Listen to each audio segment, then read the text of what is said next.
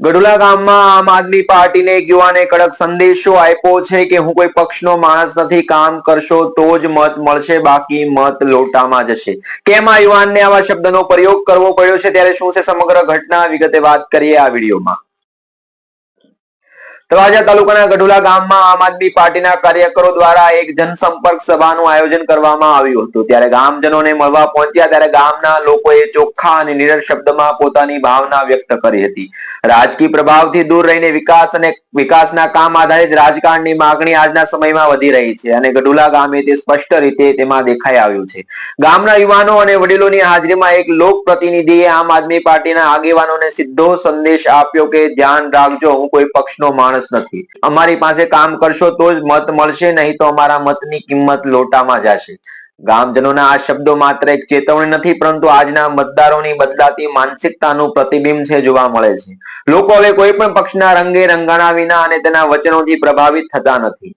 ગામવાસીઓ એ પણ સ્પષ્ટ કહી રહ્યા છે કે ચૂંટણી જીતવા માટે ભાષણો, વચનો અને જાહેરાતોની જરૂર નથી. જમીન પર કામ જોઈએ, વિકાસ જોઈએ અને જવાબદારી જોઈએ. ત્યારે ગઢુલા ગામના લોકોએ આ અભિગમ હવે આખા તળાજા તાલુકામાં ચર્ચાનો વિષય બની રહેશે.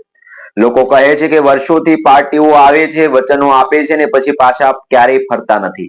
પરંતુ હવે એ સમય નથી. મતદારો હવે જાગૃત છે અને પોતાના હિત માટે અવાજ ઉઠાવવા તૈયાર છે. આમ આદમી પાર્ટીના આગેવાનોને મળેલો આ મેસેજ હવે માત્ર એ પાર્ટીને જ નહીં, પરંતુ સમગ્ર રાજકીય ક્ષેત્ર માટે સંદેશ સમાન ગણાય છે. જે કામ કરશે તેને જ મત મળશે, જે કામ નહીં કરે તેને લોટો મળશે. ગઢુલા ગામનો આ સ્પષ્ટ અને નિડર અવાજ રાજકીય નેતાઓને સમજાવી રહ્યો છે કે લોકશાહી હવે સાચા અર્થમાં લોકોના હાથમાં છે. ત્યારે ગઢુલા ગામની એક વ્યક્તિ શું કહે છે, સાંભળીએ તેમને. હું એક પક્ષનો માણસ નથી એવું છે. તો હું ગઢુલા ગામનો નાગરિક છું. નામ છે વિષ્ણુભાઈ ભીલ. અહીંયા વિક્રમભાઈ કીધું કે આમ આદમી પાર્ટીની સભા છે તો આવો કે.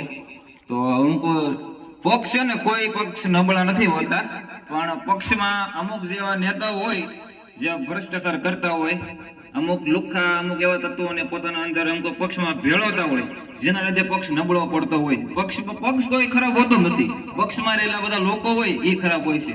હું કોઈ પક્ષને ખરાબ માનતો નથી, પણ અમુક નેતા હોય ભ્રષ્ટાચાર કરતા હોય એવાનો વિરોધ કરવાનો.